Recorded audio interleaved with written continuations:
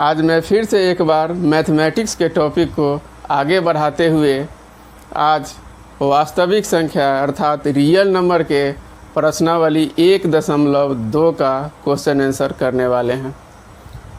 Students, इससे पूर्व हमने इससे संबंधित जो भी थ्योरम थे परिमेय 1.1, परिमेय 1.2 दोनों बता चुका हूँ और इससे आप भली भांति अवगत भी हैं और जान भी चुके हैं। ठीक है, तो उसी से रिलेटेड जो क्वेश्चन है हमारा वो है प्रश्नावली 1.2 जिसका सॉल्यूशन हम आज करने वाले हैं। तो फिर से एक बार आप सभी को YouTube के इस मंच पे बहुत बहुत स्वागत है। तो स्टूडेंट्स, इसको आप ध्यान से देखेंगे, मैथमेटिक्स है, एक भी टॉपिक अगर छूट गया तो फिर हमको समझने में काफ़ी कठिनाई हो सकती है। तो चलिए हम चलते हैं इस सॉल्यूशन पर और आप अंत तक इस पर बने रहिएगा। ठीक है, तो इसका क्वेश्चन नंबर 1 है, निम्नलिखित संख्याओं को अभाज्य गुणनखंडों के रूप में व्यक्त कीजिए।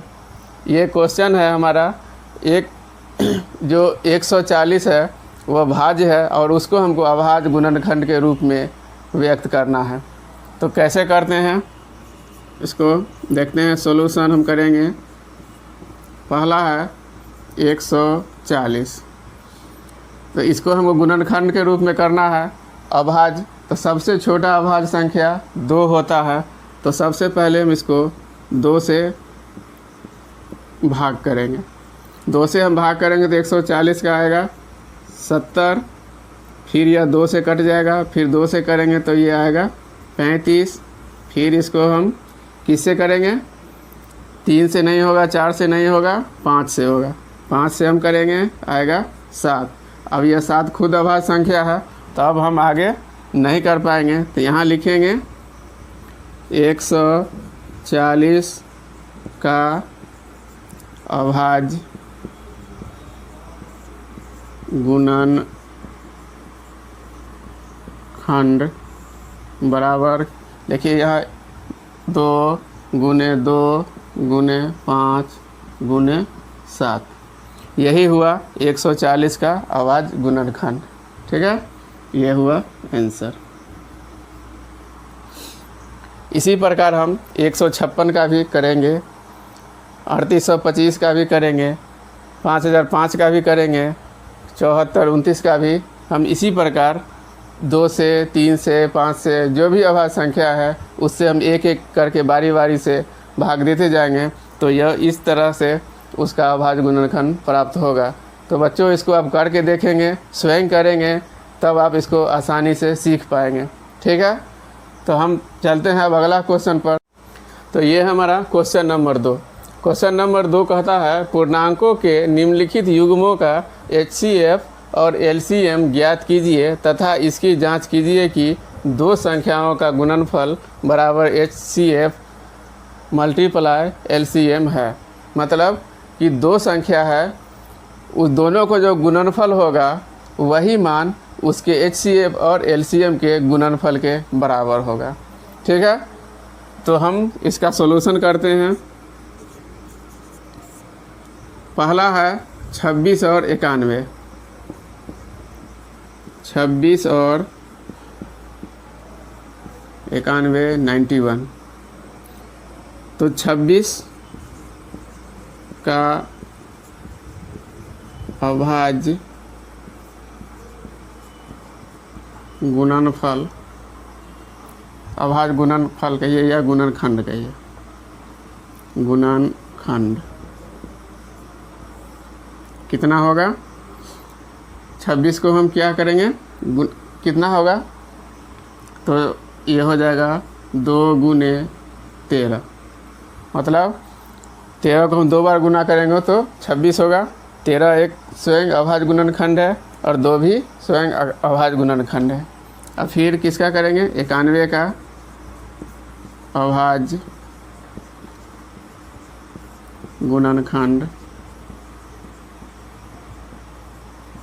कितना होगा, 13 गुने 7 13 7 91।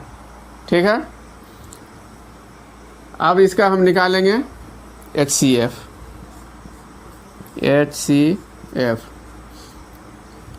HCF क्या होगा? देखिए इसमें दोनों का जो उभयनिष्ठ होगा, जो सबसे बड़ा संख्या होगा वही उसका HCF होगा। देखिए यहाँ पर सबसे बड़ा 13 है, इसमें भी है, और 13 इसमें भी है। मतलब ये दोनों संख्या 13 जो है वह दोनों में उभयनिष्ठ है, इसीलिए HCF हो जाएगा 13। ठीक है, तथा इसका LCM कितना होगा? LCM में हम सभी संख्या को लेते हैं, लेकिन एक समान वाले संख्या को हम एक बार लेते हैं। यदि वह घात के रूप में हो, वर्ग के रूप में हो, तो उसका जो बड़ा होगा अंक हम वो लेंगे। तो यहाँ हम 13 है, 2 है और 7 है, तो ये हो जाएगा 2 गुने 7, ये 17 लिखा गया, 7 गुने 13। अभी सबको गुना करेंगे, कितना आएगा? 182। गुना करके देखिएगा तो यह 182 आएगा। ठीक है, अब हम करते हैं LCM गुना HCF। तो लघुत्तम और महत्तम का गुना करेंगे। HCF हो गया मेरा 13, ये, और ये हो गया 182। दोनों को हम गुना करेंगे तो आएगा 2366। अब करके देख लीजिएगा गुना, 2366 आएगा। अब इसी को बोलता है कि ये दोनों संख्या गुणनफल के ये बराबर होता है। तो हम जांच लेते हैं कि अब दोनों संख्याओं का गुणनफल कितना होगा? ये होगा 26 गुना 91। इसको भी गुना करेंगे तो 2366 आएगा। अब यहाँ हम क्या देखें? देखिए LCM HCF का गुणनफल 2366, और यहाँ दोनों संख्या का गुणनफल 2366। मतलब अतः हम देखेंगे कि LCM और HCF का जो मान आता है वही दोनों संख्या के मान के गुणनफल के बराबर है। यही हमारा क्वेश्चन के जांच कीजिए कि दो संख्याओं का गुणनफल बराबर होता है LCM गुने HCF। तो यहाँ हो गया, अतः लिखेंगे, अतः दोनों संख्याओं का गुणनफल बराबर HCF मल्टीप्लाई LCM। ठीक है, यही प्रूफ करना था, हम कर दिए। ठीक है, तो इसी प्रकार हम 510 और 91, 336 और 54 ये सभी संख्या का हम इस ढंग से मान निकालेंगे और देखेंगे तो पाएंगे कि LCM और HCF का गुणनफल उतना ही होगा जितना वो दोनों संख्या का गुणनफल होगा। मतलब एक सूत्र निकल के आया कि जब हम दो संख्याओं का गुणनफल हम करते हैं तो वही मान होता है जो HCF और LCM के गुणनफल के मान के बराबर होता है। ठीक है, तो इस प्रकार हम और निकालेंगे, आप कोशिश कीजिए, निकल जाएगा। ठीक है, अब हम चलते हैं इसके। तो ये है क्वेश्चन नंबर 3। कहता है अभाज्य गुणनखंड विधि द्वारा निम्नलिखित पूर्णांकों के HCF और LCM ज्ञात कीजिए। पहला है 12, 15 और 21। मतलब ये तीनों का हमको निकालना है गुणनखंड के विधि द्वारा LCM और HCF। तो इसका हो जाएगा सॉल्यूशन 12 का अभाज्य गुणनखंड कितना हो जाएगा? 12 का अभाज्य गुणन हम करेंगे तो 12 है, इसको करके देखिए, 2 से हो गया तो 6, फिर 2 से हो गया 3, तो ये होगा 2 गुना 2 गुना 3। इसको हम मिटा देते हैं।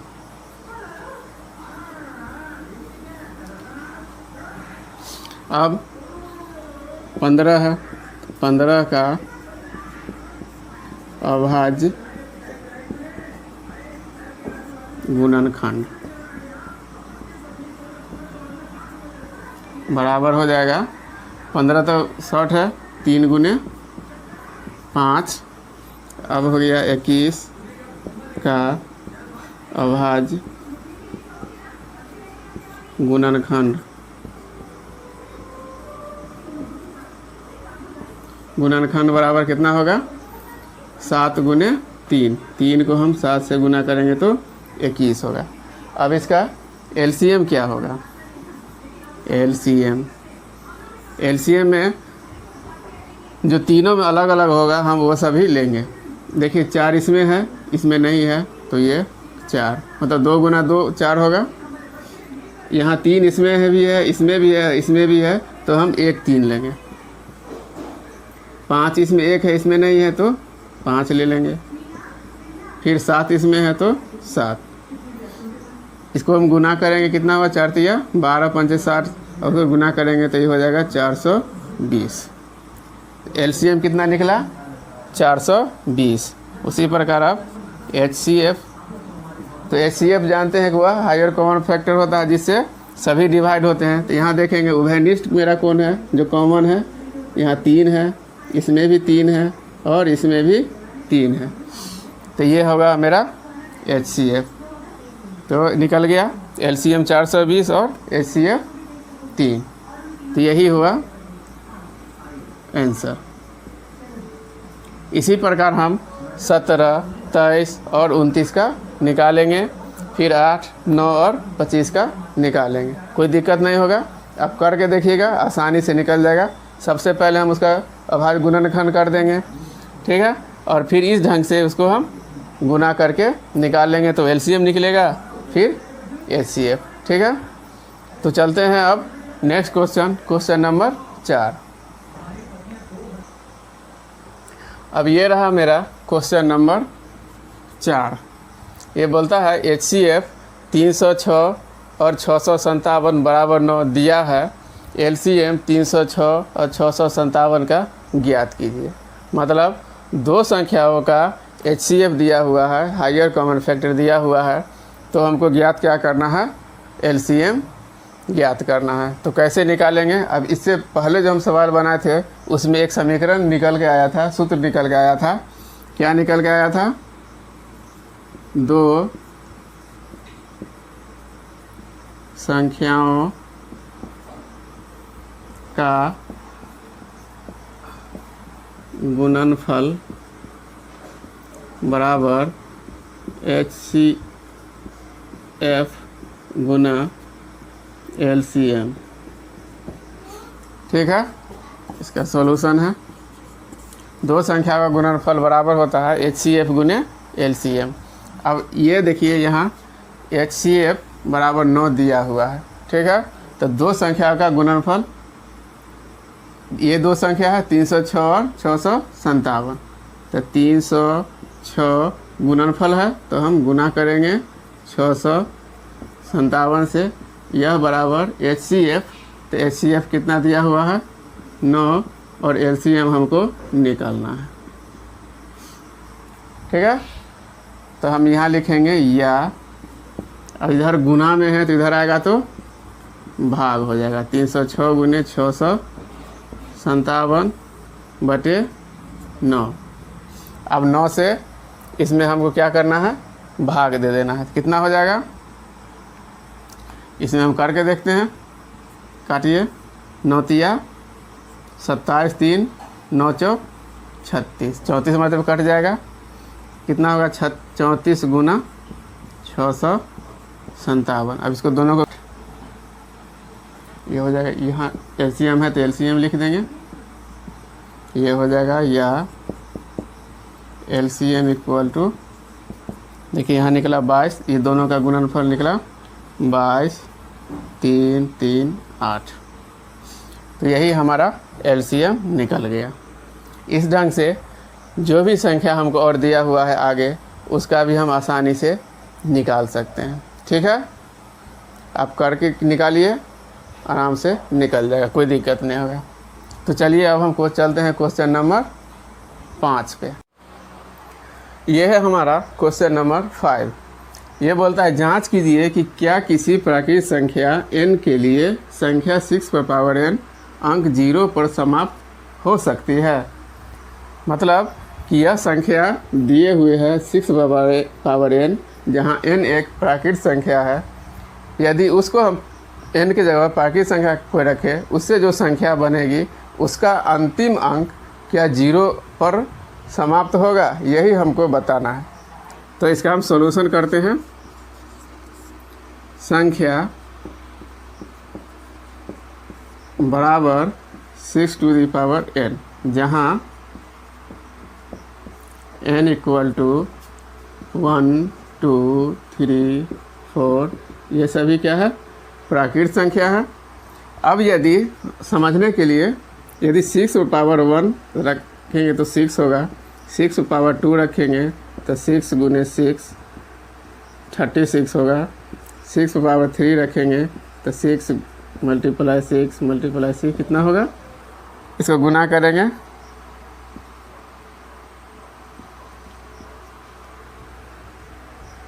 छतरी का 18 3 21, ये हो जाएगा 216। इस प्रकार हम n का मान देते चलेंगे और मान इसका हमको निकलते चलेगा। अब हमको यही देखना है कि क्या n की जगह पर हम कोई संख्या रखें ताकि इसका अंतिम अंक जो होगा वह शून्य आएगा या नहीं, यही साबित हमको करना है। ठीक है, तो चलते हैं अंक गणितीय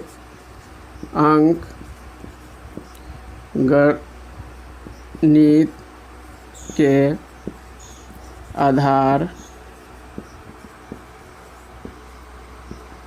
आधारभूत प्रमेय से। अंक गणित के आधार पर यह प्रमेय बोलता है कि कोई भाज्य संख्या को उसको अभाज्य संख्या के गुणनखंड के रूप में तोड़ सकते हैं। मतलब यहाँ हम देखेंगे कि यदि कोई संख्या 6 पावर n है तो यदि उसका अंतिम लेटर यदि शून्य हो तो क्या होगा, वह संख्या 5 2 10 से निश्चित रूप से विभाजित होगा। मतलब कि यदि 5 से विभाजित होता है तो यह ज़रूरत नहीं है कि उसका अंतिम संख्या 0 हो, या 2 से भी होगा, लेकिन वह संख्या 10 से यदि विभाजित होता है तो एकदम क्लियर है कि उसका अंतिम अंक शून्य होगा। नहीं तो यहाँ हम इसको इस अंक गणित के आधार पर प्रमेय बोलता है कि यह जो भाज्य संख्या है वह अभाज्य के रूप में टूट सकता है। तो इसका हम अभाज्य 6 का अभाज्य गुणनखंड हो जाएगा,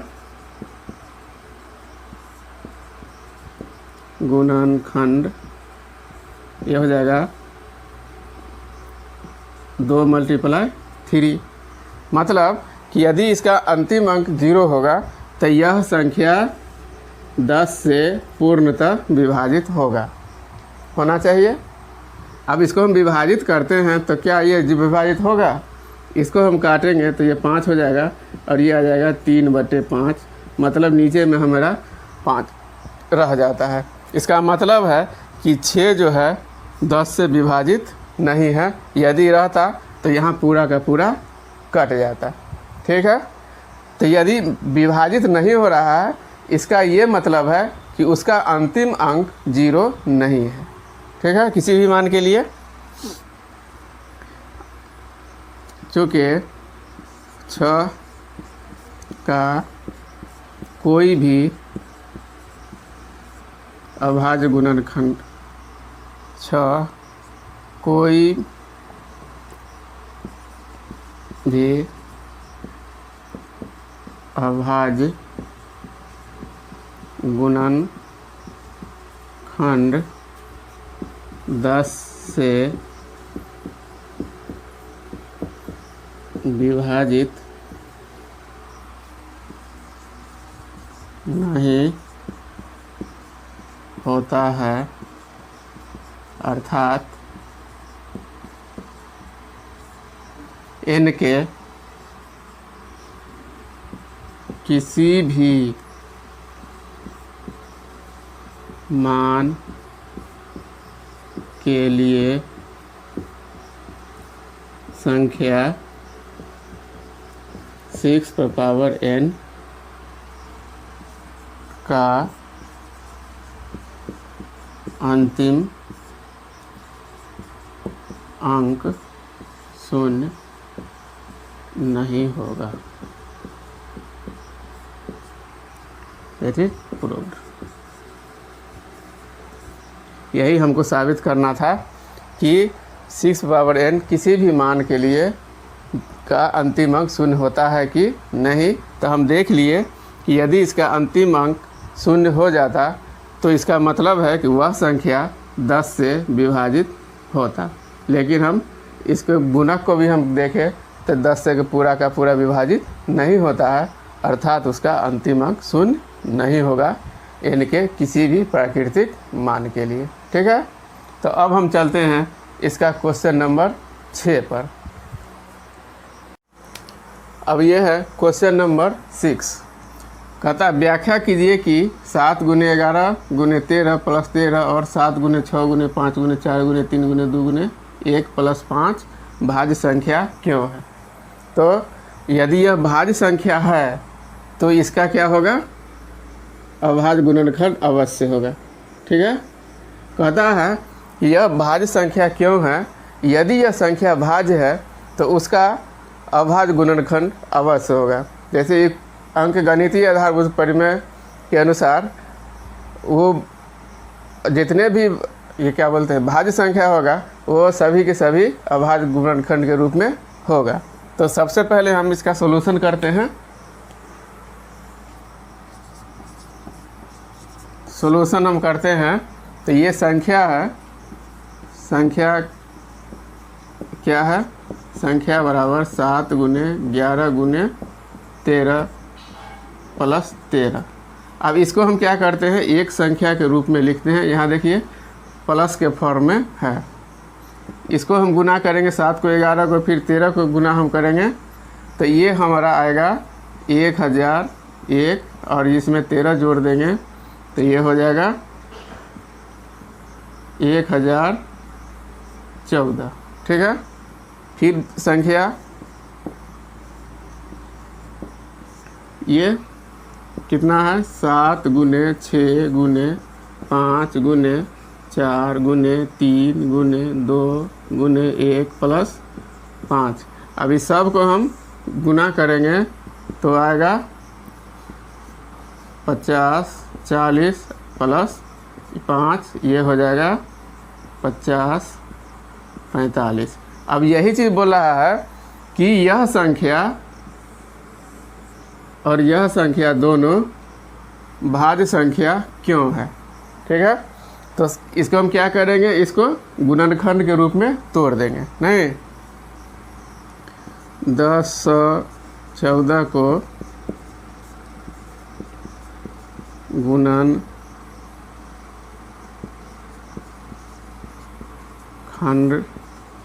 के रूप में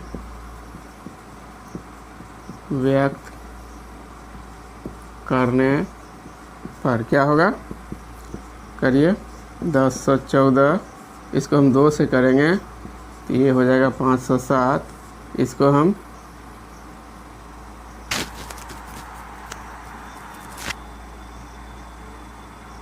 कितना से 3 से करेंगे कितना आएगा, ये हो जाएगा 3 × 3 ये हो जाएगा 6 और 9। फिर हम करेंगे इसको 13 से करेंगे तो यह 13 होगा। तो इसका फैक्टर हो जाएगा 2 × 3 × 13 × 13। देखिए यह फैक्टर के रूप में हो गया, गुणनखंड के रूप में हो गया। फिर पुनः अब हम इसका करेंगे, पुनः 545 का गुणनखंड क्या होगा, इसको भी हम तोड़ देंगे। 45 है तो 5 मरतबा टूटेगा तो ये हो जाएगा 1009। इसका गुणनखंड हो जाएगा 5 × 009।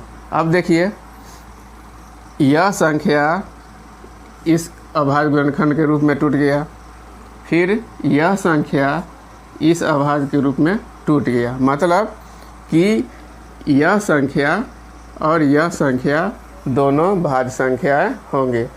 भाज्य संख्या होगी तभी यह फैक्टर के रूप में मतलब गुणनखंड के रूप में टूटा है। ठीक है, तो अंकगणित के आधार पर मैं कह रहा है कि यदि कोई संख्या होगा जो भाज्य होगा यदि तो उसके अभाज्य गुणनखंड होंगे। तो देख रहे हैं यहाँ ये दोनों क्या है, भाज्य संख्या है, तब ये और ये क्या है, अभाज्य गुणनखंड है। अतः लिख सकते हैं यहाँ पर, अतः